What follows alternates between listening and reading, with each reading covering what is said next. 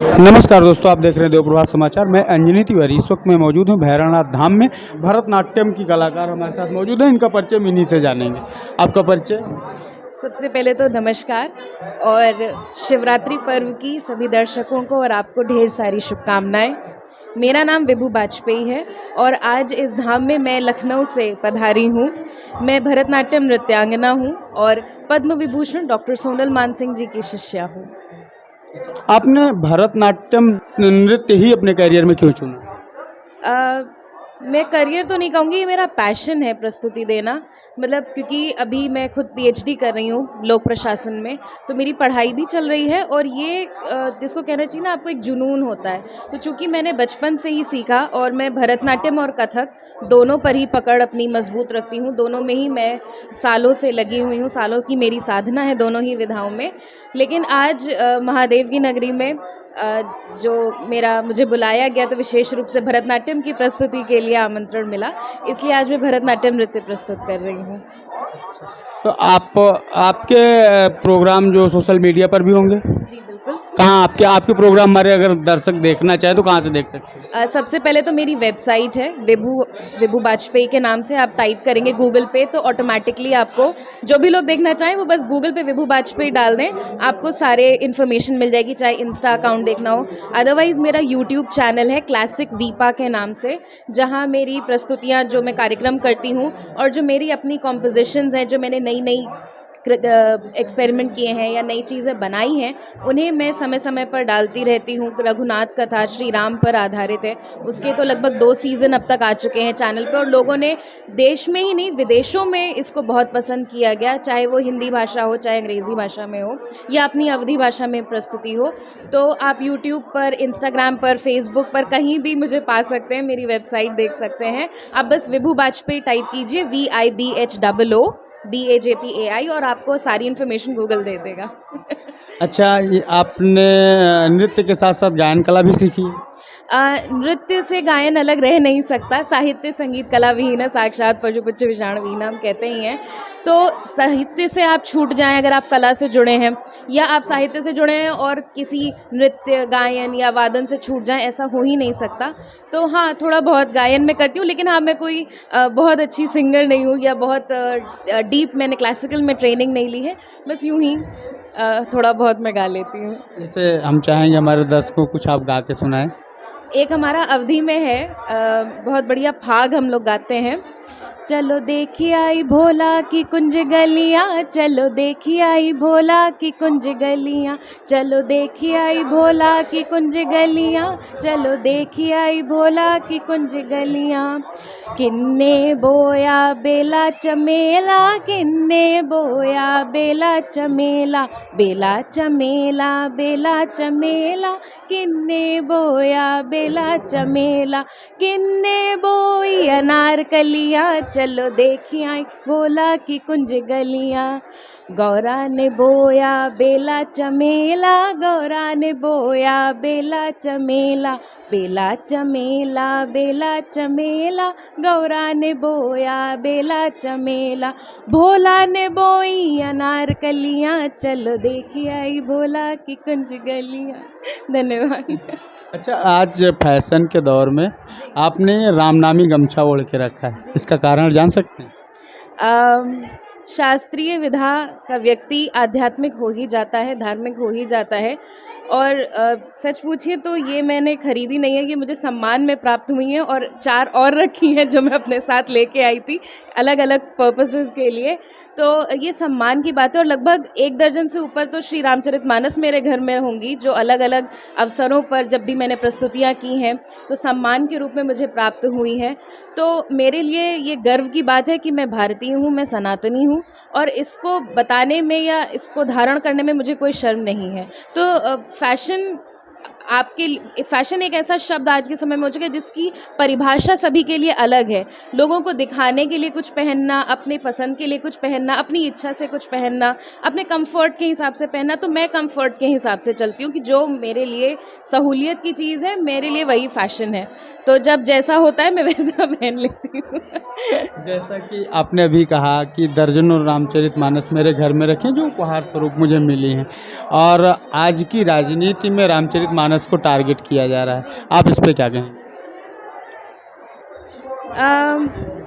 मेरे विचार से एक कलाकार के रूप में मेरी कोई टिप्पणी देना तो उचित नहीं है, लेकिन हाँ, एक सनातनी होने के मामले में या एक भारतीय होने के नाते हमारे जो भी वैदिक मैं कहूँ कि हमारे इंडियन लिटरेचर है, हमारा स्क्रिप्चर्स हैं, हमारे वेद, वेदांग, उपनिषद, वहाँ से लेके हम जब आगे बढ़ते हैं इतिहास, रामायण और महाभारत इतिहास में आते हैं, इनकी श्रेणी भिन्न है। और उसमें भी वाल्मीकि रामायण जो पहला लिखित था, वहाँ से बढ़ते बढ़ते बढ़ते जो सबसे लेटेस्ट है वो तुलसीदास जी की रामचरितमानस मानी गई। आप पूरी श्रृंखला यदि देखते हैं तो इस पर टिप्पणी करना या इसको टारगेट करना मेरे विचार से तो सिर्फ लोगों का आकर्षण अपनी ओर खींचने के लिए, किसी न किसी बहाने मीडिया में बने रहने के लिए और कंट्रोवर्सी क्रिएट करने के लिए है। क्योंकि जितने लोगों ने आज तक रामचरितमानस या वाल्मीकि रामायण पे आक्रमण किया है, उससे अधिक लोगों ने उसका उत्तर दिया है या मैं कहूँ प्रतिकार किया है। तो मेरा कुछ भी कहना तो ठीक नहीं बनता, लेकिन फिर भी ये सिर्फ एक छोटी सी मैं कह सकती हूँ कि मीडिया पब्लिसिटी के लिए बस अपनी और लोगों को खींचने का एक बहाना है और उससे ज़्यादा कुछ नहीं। जैसे कि टिप्पणी की गई, लोगों ने प्रतिकार किया, लेकिन जहां अगर सोशल मीडिया पे आने वाले कमेंटों की हम बात करें तो बहुत सारे कमेंट आते हैं जो कि टिप्पणी करने वालों के पक्ष में होते हैं कि आपने सही कहा। तो क्या सनातन संस्कृति में ये कमजोरी आ गई है या युवाओं की मानसिकता ही बदल चुकी है धर्म के प्रति? मेरे विचार से जिसको कहते हैं कि अर्ध ज्ञान अज्ञानता से भी खराब माना जाता है हमारे यहाँ। तो मेरे विचार से देखिए, कोई भी आप बात उठाइए, चाहे राजनीति हो, चाहे आप सिनेमा लीजिए, चाहे आप स्पोर्ट्स लीजिए, आप कोई भी क्षेत्र लीजिए, हर क्षेत्र में पक्ष विपक्ष आपको मिलेगा। आपको ऐसे लोग मिलेंगे जो उसके पक्ष में बोलेंगे, ऐसे लोग मिलेंगे जो उसके विपक्ष में भी बोलेंगे। हो सकता है दोनों अपनी अपनी जगह सही हो, लेकिन कहने का ढंग कई बार उस बात को गलत कर देता है। तो ठीक है, जिसकी अपनी जितनी बुद्धि है, जिसकी अपनी जितनी ज्ञान है, वो जितना उसको समझ सकते हैं, उन्होंने उस तरह उसको लिया। जिन्होंने और ज़्यादा समझा है, उन्होंने उसको उस तरह लिया है। तो मेरे विचार से कोई भी एकदम कटघरे में खड़े करने वाली चीज़ नहीं है और करनी भी नहीं चाहिए। हाँ ठीक है, अगर उसके पक्ष में भी लोग बोल रहे हैं तो ठीक है, उन्हें बोलने दीजिए। धीरे से ही सही उनको समझ आ जाएगा कि शायद वो गलत पक्ष की ओर अभी खड़े हो रहे हैं। और सबसे बड़ी बात यह है कि रामचरितमानस को, व्यक्तिगत मैं आपकी बात कर रहा हूँ, रामचरितमानस को जीवन के पथ पर आप किस दृष्टि से देखते हो? रामचरितमानस में ही है कि प्रातः काल उठ के रघुनाथा, मात पिता गुरु ना वही माथा। तो ये हमारी संस्कृति, ये बड़ी रोज़मर्रा की चीज़ हुई जो है ना, मात पिता गुरु ना वही माथा। ये हमारी परंपरा, ये बड़ी रोज़मर्रा की बात कही गई है तुलसीदास जी ने। तो समझ लीजिए कि जो रामचरितमानस है वो हमसे कितना जुड़ी हुई है कि हम सुबह उठ के क्या करेंगे से लेके हम रात में जब तक सोएंगे तब तक हमारी क्या दिनचर्या होगी, ये तक रामचरितमानस में है। तो अपने जीवन से, चाहे मैं व्यक्तिगत हूँ और शायद एक अवध क्षेत्र से होने के नाते मैं जो हिंदी भाषी लोग हैं उनके बिहाफ पे ये कह सकती हूँ कि हमारी तो आए दिन की चीज़ें उसमें मौजूद हैं और इसीलिए वो हमसे इतनी ज़्यादा जुड़ी हुई है। यहाँ तक कि हमारे और भी जो इतिहास लिखे गए हैं, जैसे हमें तो एक तुलसीदास जी की रामचरितमानस पता है, लेकिन उड़िया में भी रामायण है, कंबन रामायण भी है, मराठी रामायण भी है, नेपाली रामायण भी है, जम्मू कश्मीर में भी रामायण है। तो अलग अलग जगहों की वहाँ की जो संस्कृति, वहाँ की जो जीवन शैली है, उसको जोड़ते हुए, वहाँ से कथाएँ लेते हुए ये एक बहुत बड़ी राम कथा की मैं कहूँगी सीरीज़ चल रही है जो अनवरत है और ये चलती रहेगी। हरि अनंत, हरि कथा अनंता। तो हमसे ये इतनी ज़्यादा जुड़ी है और हम इससे जुड़े क्योंकि बहुत अंतरिम रूप से हम इससे जुड़े हैं, तो हम इसको अपने से अलग करके देख ही नहीं पाते हैं।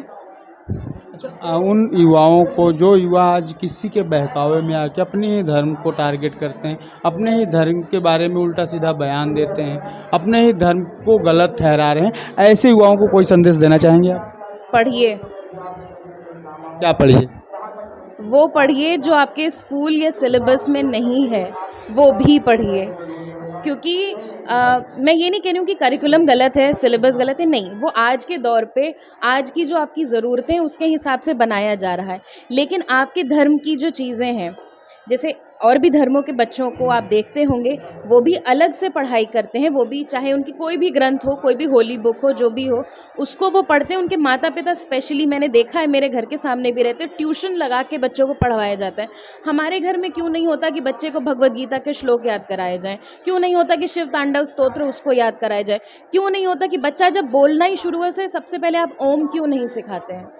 यहाँ पे मैं माता पिता को कहूँगी, मैं बच्चों को या युवाओं को जो मेरे जैसे, मैं पूरी तरह उनको गलत नहीं ठहरा सकती, क्योंकि यहाँ बात पालन पोषण की आती कि आपकी अपब्रिंगिंग किस तरह है। वो ठीक है, अगर मान लीजिए पहले नहीं हुआ तो अब पढ़िए। आप टिप्पणी करने के पहले तथ्य को जानिए, क्या लिखा गया, क्यों लिखा गया, अच्छा किस समय में लिखा गया, क्योंकि कोई भी इतिहास हो वो देश काल के बाहर तो जा ही नहीं सकता। तब की क्या परिस्थितियाँ थी, उसके हिसाब से अगर कुछ लिखा भी गया जो आपको नहीं समझ आता है, तो आप कोशिश तो करिए पढ़ने की। कितने पुराण हैं, वेदांग हैं, वेद हैं हमारे पास, मतलब महासागर है हमारे पास ज्ञान का, साहित्य का। आप पढ़िए, और जितना ज़्यादा आप पढ़ेंगे ना, शांति उतनी आती है। तभी जब आप जितने ज्ञानी लोगों को देखें, वो यूं ही टिप्पणी नहीं करते हैं, यूं ही कभी मुंह भी नहीं खोलते। कितने लोग हैं, कितने साधु संत हैं जो मौन धारण किए रहते हैं और बड़े विशेष अवसरों पर बोलते हैं। तो ये चीज़ें सीखने वाली, कितने धैर्य की ये बात होती है। तो अगर आप ज़्यादा से ज़्यादा पढ़ेंगे, योग को अपने भीतर, अपने जीवन में उतारने का प्रयास करेंगे, क्योंकि मैं कलाकार हूँ, तो योग करना, ध्यान करना, ये तो हमारी रोज़मर्रा की बातें हो जाती हैं। आप बहुत समय नहीं दे सकते, लेकिन सुबह का आधा घंटा या दिन भर में जब आपको समय मिले, कुछ समय तो आप निकाल सकते हैं। तो ज़रूर से ज़रूर पढ़िए, अपने ग्रंथों को पढ़ने का ज़्यादा से ज़्यादा प्रयास करिए। चाहे रामायण पढ़िए, महाभारत पढ़िए, आप इतिहास कहानियों से शुरू करते हुए फिर आगे पुराणों की ओर बढ़िए। वो आपके ऊपर है कि आप क्रम कैसे निर्भर करते हैं, लेकिन पढ़िए, ज़रूर पढ़िए। हमने इनसे कई विषयों पे बातचीत की, और लास्ट में हमने इनके सामने राजनीति रखा, क्योंकि ये युवा हैं और युवाओं के हाथ में देश का भविष्य होता है, और राजनीति में धर्म को टारगेट करना कितना सही इनकी नज़र में है। जब हमने इस विषय पर बात किया तो इन्होंने सीधा सीधा एक समतुल्य सा जवाब दिया। इन्होंने सजेशन दिया उन युवाओं को जो बिना सोचे समझे टिप्पणी करते हैं, उनको इनका एक संदेश है कि आप पढ़िए, उन चीज़ों को पढ़िए जिस पर टिप्पणी की जा रही, उसके बाद आप अपने विचार रखिए। अगर आप पढ़े नहीं हैं तो आप विचार रखेंगे तो कहीं ना कहीं आपके विचार गलत हो सकते हैं। आप देख रहे हैं देव प्रभात समाचार, मैं अंजनी तिवारी, कैमरा पर्सन वीरेंद्र पटेल के साथ।